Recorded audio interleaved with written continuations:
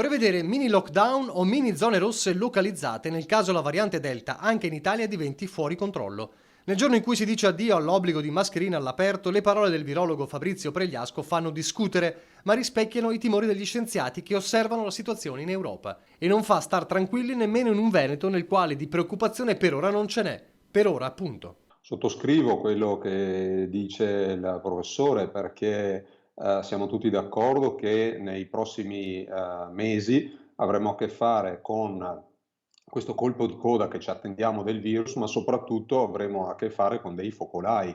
Quindi non ci attendiamo un grande incendio come abbiamo visto a ottobre dell'anno scorso o a marzo, se vogliamo riferirci alla cosiddetta prima ondata, ma a una serie di focolai che dovremmo tenere sotto controllo.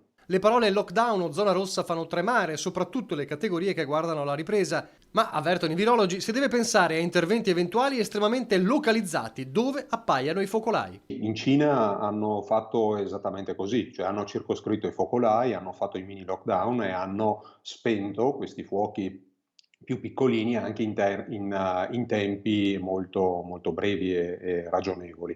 In Veneto la situazione contagi resta tranquilla, ma il chiaro e costante abbassamento della curva registra negli ultimi tempi un plateau, non scende ulteriormente, resta ferma. La vera arma rimane quella dei vaccini, fatalmente legati alle forniture. Si uscirà dall'incubo delle varianti soltanto con l'immunità di gregge, ma in attesa di questo è necessario fare di tutto per evitare la circolazione. I vaccini ancora stanno facendo un grande effetto, ma ancora non fanno l'effetto complessivo e quindi dobbiamo attivarci noi singole persone per far sì di far circolare il meno possibile questo virus.